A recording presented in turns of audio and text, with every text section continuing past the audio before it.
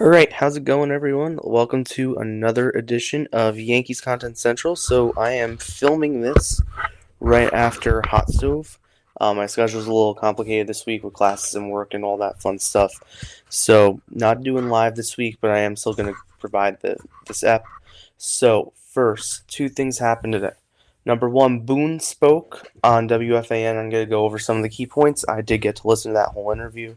And then Hal Steinbrenner spoke on Yankee Hot Stove on Yes. So just some things going on with that. First of all, Boone spoke.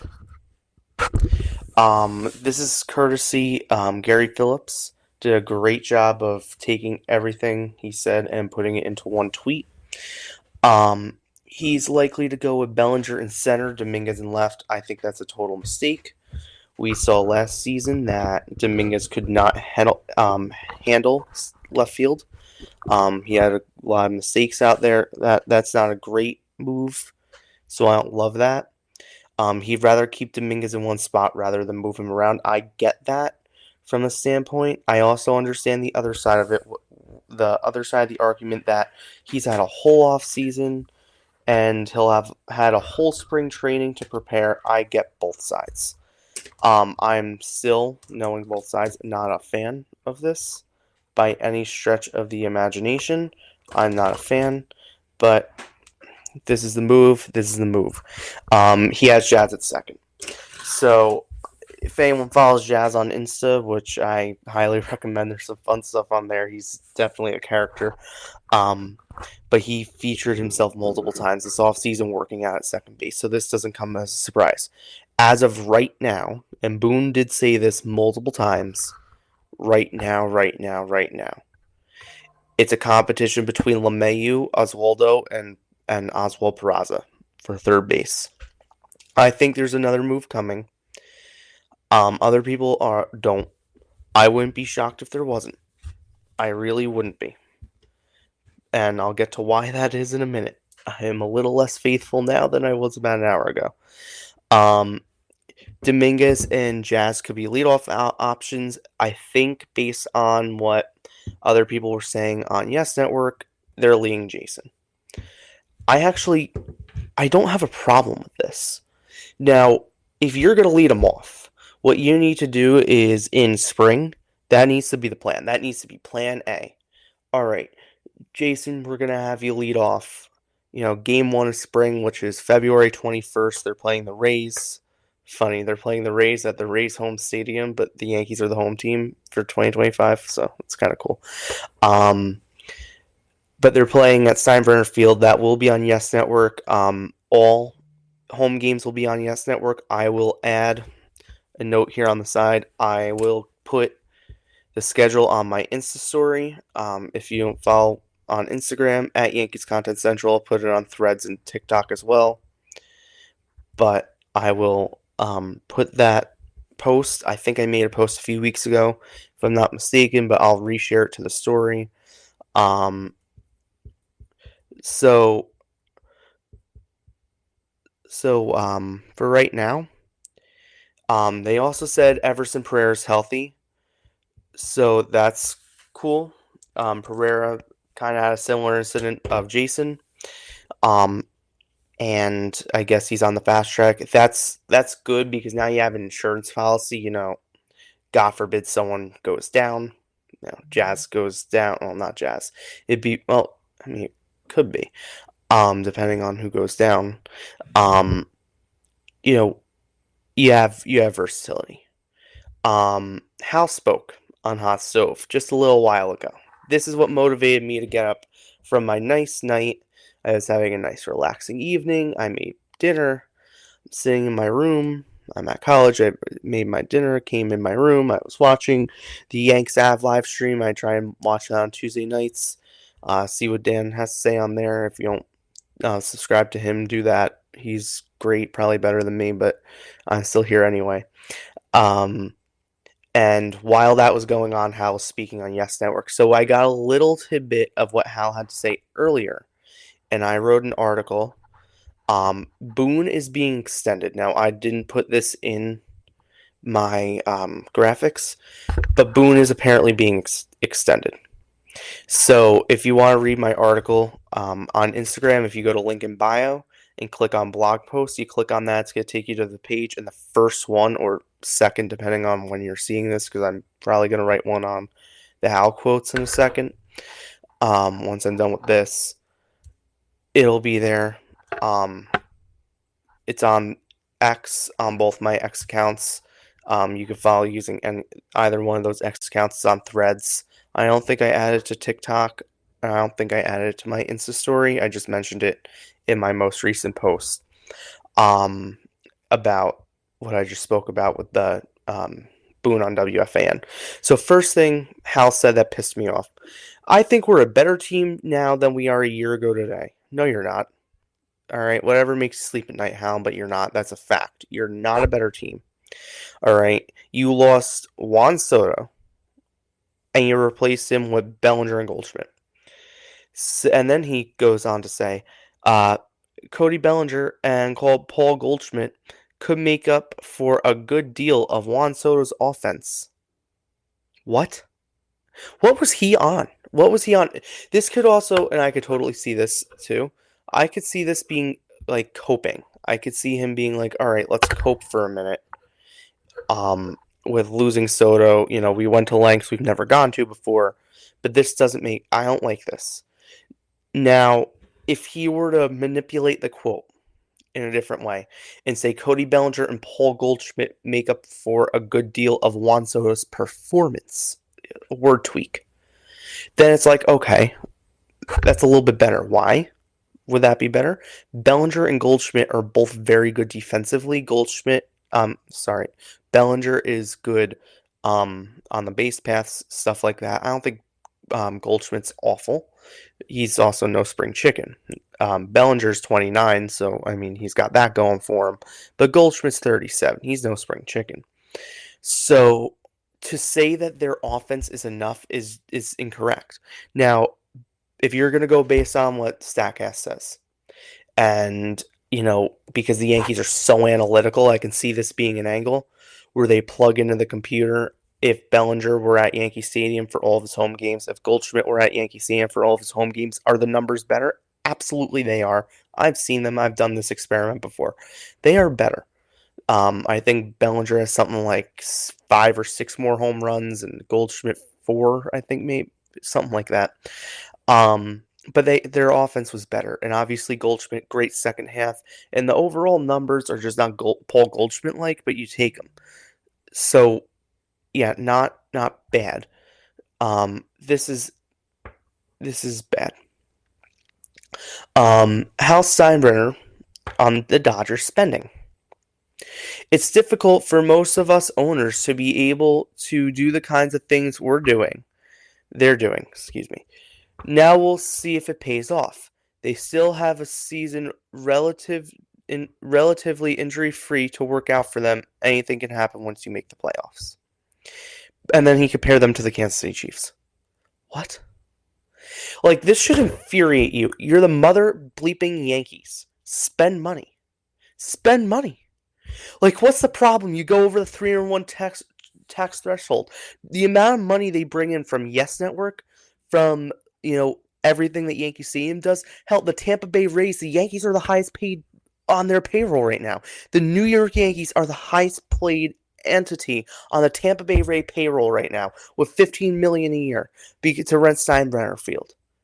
This is insane. So that's income coming in from Tampa. You can't use that on a player. Look, and people are going to be in the comments, well, Tim Hill. The holdup with Tim Hill, to clear things up, according to Dave Rifkin, who knows things, he's got in the Yankee organization, apparently has a part ownership stake, according to him. The issue with Tim Hill is he's asking for 3 years. It's not that the Yankees don't want him, and it was confirmed yesterday that both sides want a reunion. Will a reunion most likely happen? Yes. I think a reunion will happen, that regardless of Marcus Stroman, and we'll get to him in a second. Regardless of Marcus Stroman, that's going to be done. That's going to be a deal. They're going to probably get Tim Hill back. The reason it's not done is because Hill and his team and his camp were asking for 3 years, and no major league team of the couple that were in on him, which I think were the Yankees, the Mets, the Cubs, the Dodgers, and I think one other oddball team. Red Sox maybe. Those were the teams, according to Pat Ragasso, who I guess is a Met guy, and was writing on how much the Mets probably need him. I don't think Tim Hill would go to the Mets. Um, Pat did say that there is interest from both sides for him to come back to the Yankees. I'm going to get this tweet up so I have my information correct here. Let's see. What did he say? Oh, I was totally wrong. Okay, Mets, Yankees, Dodgers, Diamondbacks, Rockies, Angels, Mets. So that's actually a very broad spectrum. He did note that there is mutual interest in a reunion. That is not me making it up. He did say that. So, do I think Tim Hill comes back? Yeah, I think he wants to come back. I think it's more of you got to play the game. You know, he's seen what other relievers are getting, you know, comparable numbers, stuff like that, and they're going to present figures and all that stuff. But, you know, pitchers and catchers report in 2 weeks. There's going to be a sense of urgency now for a lefty reliever, whether it's one of the three named. It was Hill, it was Danny Columb, and it was Andrew Chafin were the three lefties listed. So that was from what Hal had to say. So, yeah, not impressive. And comparing the Dodgers to the Kansas City Chiefs, my God. You know what? The Dodgers are just spending money. Kansas City can't spend money. They just get every call that goes their way. Anyway, Buffalo should have won. That was the first down, but whatever. We'll move on. What I have a problem with right now is the urgency to trade Stroman. Now, I will be the first to admit the Stroman contract was a colossal waste of money. Stroman put up a subpar numbers for the Yankees. The argument can be made that if there was a better defensive infield behind him, or defense in general, that he would have had a better year. Yeah, his attitude's also a problem, and he's, you know, exercised that all off season and last season. It just wasn't a fit. He's also a righty pitcher in Yankee Stadium that has ground ball stuff that gets through, and then, you know, he tries to elevate his pitches and they end up in the porch. Not a fit. But that's 18 mil tied up, and the thing that's holding this up is the escalator attached, where if he pitches 145 innings or more this season in the 25 season, he gets a third year on his contract at I think like 15 million, something like that. And that's what's probably holding this up. But of note, about an hour and a half ago, Marcus Stroman cleared all Yankee stuff out of his bio, unfollowed them on all social media apps. It wasn't like that before. It was like that about an hour ago. Does that mean he's been informed he's being traded or knows that there's something going on? I mean, I'm sure he reads Twitter. I'm sure he reads that he's probably going somewhere. I mean, it's going to be what they're going to want for him. And this is the thing. And Eric Hubbs just tweeted out of Barstool. So barring a change of heart, the Yankees will go into the season with a glaring issue that will be pointing out third base, and then in summer, when it's the worst productive position in the league, they'll act stunned. And then top comment, Arenado incoming, Hubbs. It's possible. But at the moment, he's not here yet. There's no trust that LeMahieu will bounce back now. To Boone's comments all day today. What Boone had to say. And before I get to that, Aaron Judge, I guess, was one of the key proponents into trading for Bellinger this winter. So I guess I'm reading more of what Steinbrenner had to say. I didn't watch it because I told you what I was doing. Steinbrenner apparently has a chip on his shoulder about the World Series. And he pointed out that the Yankees made mistakes against the Dodgers, comparing them to the Chiefs. Okay, so that doesn't make sense. They will have discussions with an extension. Oswaldo may play a bigger role this year. He acknowledged that the Yankees will continue to give young players a chance at the big league level when they're ready. Look, Steinbrenner can't say what they're doing until anything's done. You can't. Boone can't sit there today on the radio show and, have BT ask him and then Sal rip on him. Soto. He's the most annoying person on the planet. Can't stand. I normally don't listen to the midday show anymore because I can't stand Sal's voice. But I listen to that to hear Boone. He kept saying with LeMahieu, health. There's something more. Is LeMahieu healthy? Probably not. Are they going to have to fake an IL? Yeah, that's what's going on. They haven't made a move yet because there's only 2 spots left on the 40-man, and the 60-day IL has not opened up yet. So right now they're saying LeMahieu this, LeMahieu that, and then they're going to get to camp and be like, LeMahieu's got like a torn rotator cuff, or his ankle hurts, or he has a bruise on his big toe, or make something up. 10-day IL him. That's going to turn into something worse. They're going to 60-day IL him, and then that opens up a roster spot where they can manipulate. That's what's going to happen. LeMahieu is probably not starting this year. They also, once Stroman's traded, then we'll see. All right now they're saying all this stuff, and everyone has compared this to Bubba Crosby. 5, if you weren't alive or don't remember, I was not alive, but people on Twitter have informed me what that was. Bubba Crosby was a center fielder coming up through the Yankee system. George Steinbrenner and Brian Cashman at the time were saying, okay, it's Bubba's job to lose, Bubba's job to lose, Bubba's job to lose. Towards the end of the offseason, they signed Johnny Damon to a 4-year, 100-something million contract. They signed Damon. That's the gist of the story. And obviously, Johnny Damon was a big factor in what led to the Yankees winning in 2009. I know he was a Red Sox, and a lot of people hate him for it. But Johnny Damon, much like A-Rod, not as much as A-Rod, but, contributing. He contributed a lot in 2009. So, yeah, he was a big factor of why we won that year. So, can a move happen? Absolutely. Will a move happen? I don't know. It's up to Hal and Cashman. They need to make a move. If they go in to the season with this team on paper, with the lineup probably being something like Dominguez in left, Judge in right, Bellinger in center, either Stanton or Jazz in cleanup, and the other one in the 5-hole, Goldschmidt probably in the 6-hole, Wells in the 7-hole, whoever's playing third base in the 8-hole, and Volpe in the 9-hole. That's probably your lineup.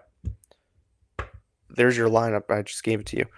And then, obviously, if they have, like, Alex Jackson backup catcher, he's going to be in the 9-hole, and they'll move Volpe to, like, the 7th hole. I think the 7-hole was where Volpe performed the best, so maybe put him in the 7-hole and put Wells down the lineup, but Wells in the 8-hole, and then third base, a revolving door, and then you move third base up, backup catcher, or you just leave catcher 9-hole, whatever they do. You can't have Wells hitting cleanup, that's one. And number two, at least this year, Grisham was also a name that could play in center field if they want to give Judge a day off in DH, and they can move Bellinger over to right. They can put Grisham in there. I think when Stanton has his month off from late June to late July, when Stanton has his month IL stint, that's going to be the door for Everson Pereira to come up. They could play, Jason DH, they can have Judge DH, they can Belly DH, and Pereira's flexibility out there in the outfield. That could be a good opportunity too, and I would actually like that. Obviously, I don't want Stanton on the IL. Please, can he just be healthy and put up savage numbers this year? Please, I'm not going to get my hopes up. But for right now, that is all I have. Obviously, more information, I'll keep you tuned.